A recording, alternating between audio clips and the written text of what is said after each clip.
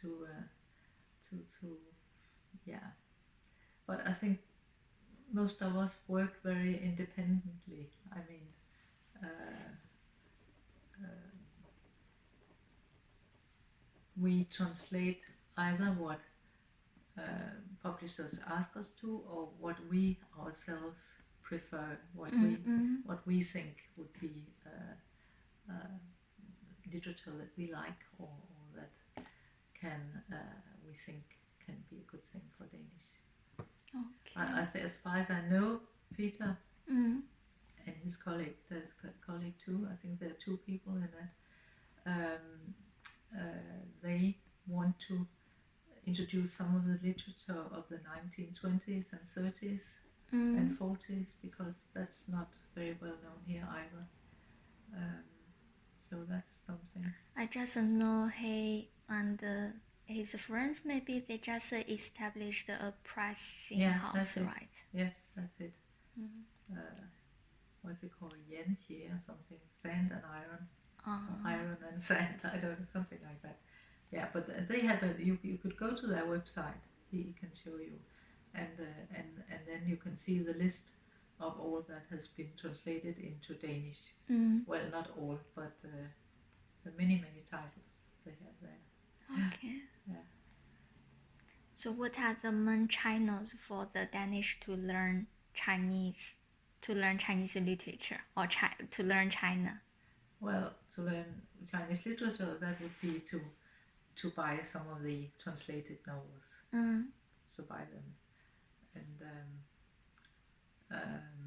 to learn about China, that's also books, newspapers, television, film.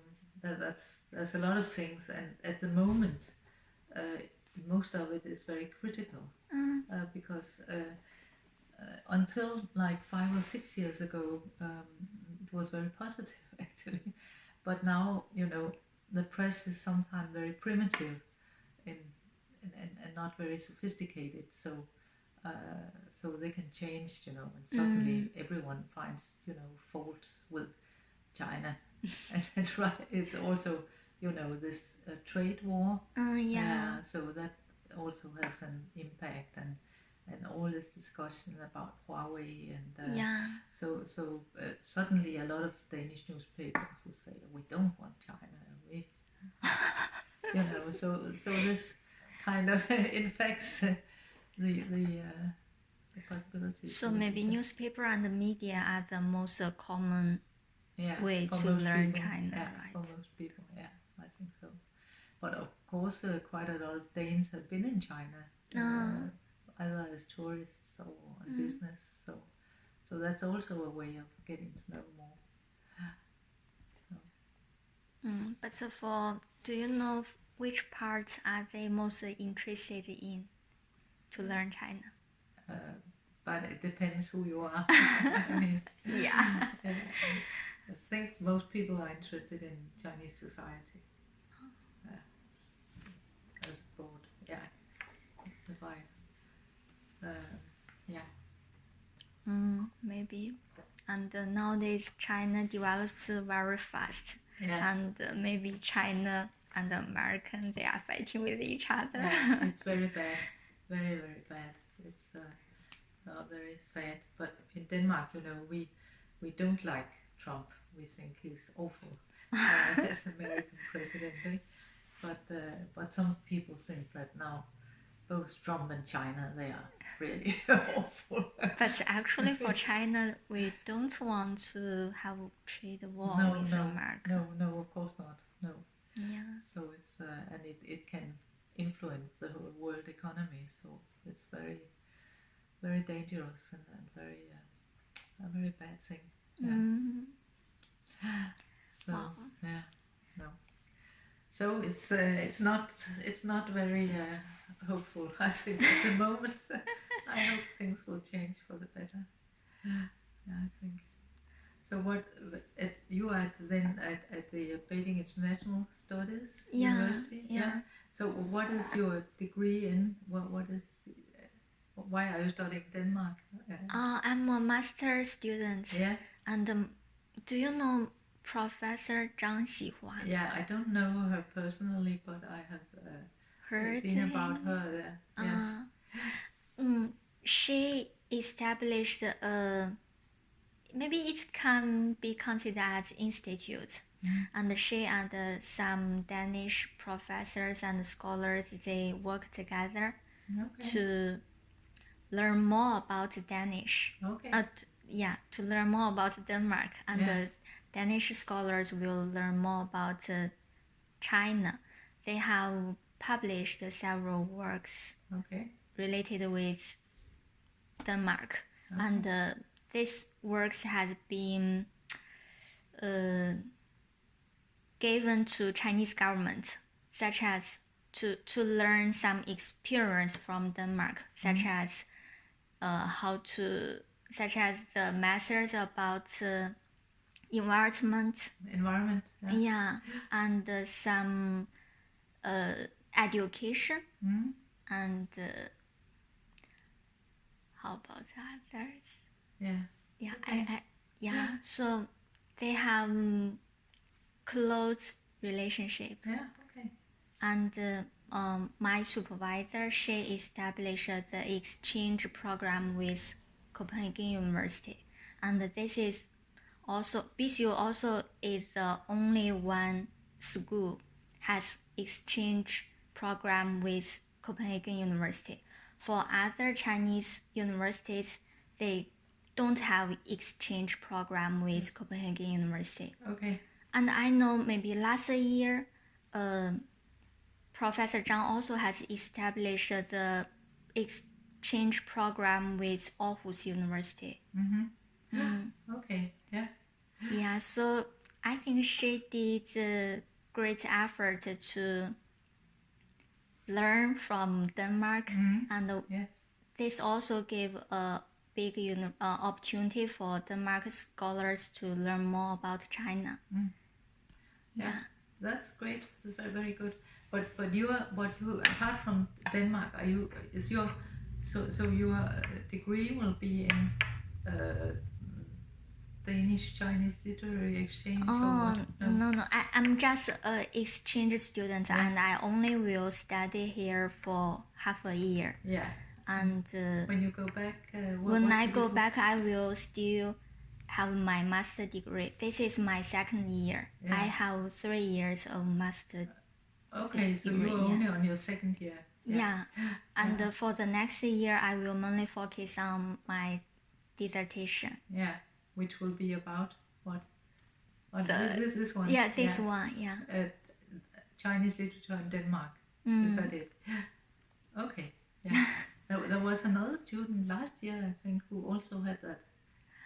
Last year, I know there is a students who want to study the education, maybe young child education. There was another student interviewing me about, or maybe she was not from BSU. I think she may have been from another university. I forgot, but she also studied this.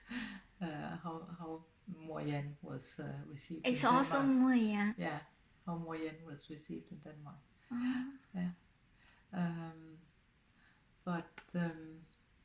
But so because I know that's at the foreign language university. There is a Danish. They're teaching Danish language. It's Beijing Foreign Language University. I think so. Because they are actually doing great work in introducing Danish literature in China. They're translating at the moment, I think, 25 works of also contemporary Danish literature into Chinese. So they are really doing a great job there also. So we need more exchange. I think that's And I think Denmark is a very, very beautiful country. And we can learn so much from Denmark. Denmark is a very wealthy country. Because we are so small. And so we can have this welfare state. I mean, it's not like China as such a big country. But China. I think China is a fascinating country and very, very many beautiful places in China. Yeah. Denmark, I like Copenhagen, but, and also of course I like other places, but I think it's not as interesting as China. So, Maybe because China is so large, so there are many places to explore. Yeah. Where do you come from originally? Hebei province, very near to Beijing. Yeah. Okay. Good. Yeah, interesting. No, I'm sorry. I wish I could be more optimistic. But actually, I think this Moyen, third novel in Danish, Chance Pilau, has never come out, or has it? Hasn't been published. No. Just published two. Yeah. I don't know why. No. Peter says he has translated it. Yeah, I heard long time ago. Yeah. Several days ago, he just mentioned that some publisher, when he first chose 天堂蒜台之歌 to translate this novel, but first he wants to translate 九国. Yeah, that's the one I would suggest. But Peter said those publishers, they think that work won't be sold well, so publisher didn't let him to translate 九国, but 天堂蒜台之歌 and 红高粱家族, these two. But he hasn't mentioned why they. I guess I have no idea, but I would guess because it probably has not sold so much. Maybe the first one, 咸菜酸菜千唱之歌, probably sold much because it was just after he got the Nobel Prize, and because it's sort of a very straightforward, critical story about some peasants that were cheated by authorities, you know. So it was very well received in Denmark. I remember. So, but I don't know. I think Chance Pilau is a very interesting book. Yeah. And after interview you and Peter, I found actually Chinese literature didn't being accepted well, right? No, you could say that. On the other hand, I would still say that Yu Hua's the novels that have been translated and Yan Lian Ke's that have been translated got very, very fine reviews. Very fine reviews. I'm not quite sure how many copies have been sold, but I think from Huerta has been sold as a book and as a paperback and as a sound, and also as a digital book. So I think it's sold quite well since it's come out in all these different. Yeah. But for Mo Yan, maybe his work isn't sold well in Denmark. I simply don't know. I don't know. I also don't know. But Peter has told me that the first two books have a good evaluation by Danish people. Yeah, I think so. Okay.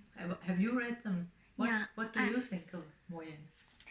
Actually, I think his novels are very good, but in those novels there are many brutal senses. Yeah. For those I don't like it very much, but for the spirits I can understand him well. He wants to criticize Chinese society or Chinese government, and then maybe he wants to let those novels give some 启发 to Chinese government and let them correct and be a better government. I think so. What has he published something recently? What is his newest book? Do you know that? No. After the Nobel Prize, I think he didn't publish any new books. Okay. No, I think the latest. Yeah, actually, before he won the Nobel Prize, several books has been forbidden in China. Yeah, I know. So you know this. Yeah, but yeah. And actually, Chinese government isn't very satisfied with him at first because they think his books express bad Chinese image. Yeah. But then, we know for Gao Xingjian, Chinese government didn't accept his Nobel Prize literature. Yeah. But for Mo Yan, Chinese government do accept. Yeah, I know. But I heard some people said actually Chinese government isn't satisfied with him. No, but I know he has had several books prohibited and and censored. But I think precisely maybe that's one of the problems for the Chinese government, that they do not understand what the West would like. I mean, for instance, with Mo Yan, they don't understand that precisely because Mo Yan criticizes or writes in a critical way and is a good writer, then we will get a better impression of China. Then we will get a much better. We will think, well, it's great, you can do this in China, and it's. But if they present this, official picture that the Chinese government think is a good picture, then most people in the West will think, oh no, we don't want this. It's artificial. It's not right. So it would be much better for China's image and soft power if they would allow or send out more critical works. That's definitely so. But some critics also say why Mo Yan could win the Nobel Prize in Literature. It is because his novels has many bad Chinese image, and Western people want this bad image. So they think Chinese. They think Mo Yan's novels pondered to the Orientalism. Because in this way, after Western people read these novels, they will think it's the real China. China is backwards and poor and something else. Yeah, and according to Edward Said, then this would mean that because Mo Yan is accepted in the West, then he will go back to China and write more novels that the West likes, and not novels that the Chinese likes. So I know that's a very common way of criticizing Chinese writers in China. Like, for instance, Su Tong, also was criticized for, just writing for a Western audience, writing to be translated, not writing for a Chinese audience. And like the films by Zhang Yimou also criticized for that. But it's difficult. Actually, I want to use the Orientalism to analyze Mo Yan's works. But several days ago, I have gave my proposal to several professors in BCU to discuss whether can I write this thesis. From their critics, I think they thought I criticize Mo Yan too seriously. They think I should write some good aspects of Mo Yan's novels. So I'm struggling. That's difficult. Okay, they think. But actually, is it because they think that your dissertation will be read by others and then? But actually, Maybe. I mean, a dissertation is a scientific academic work. It should not be just judged by sort of moral standards or sort of value standards. It should be judged whether it's a good piece of academic work not whether you like Mo Yan or not. Yeah. I don't know. It's difficult. Yeah, I think it's.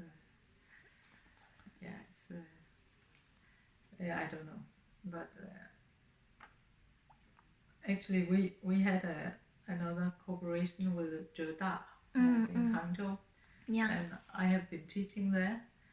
Actually, a course together with a Chinese teacher, and we taught a course on memory, and we tried to read a lot of things. We focused then on the Cultural Revolution, on the Zhi Qing, you know, the young people. Zhi Qing. Yeah, and it was a very, very interesting course, I think. And why did I say this? Well, again, I mean, we tried to not judge anything, whether anything was good or bad. Not like, for instance, we didn't say, oh, the Cultural Revolution was all bad, because we tried to look at it as having all sorts of aspects. So, yeah. But yeah. But so you should, your dissertation will not be read by anyone in Denmark. I mean, you will. It's only for Chinese and for people. Yes. Yeah. But there are still many Danish people have helped me.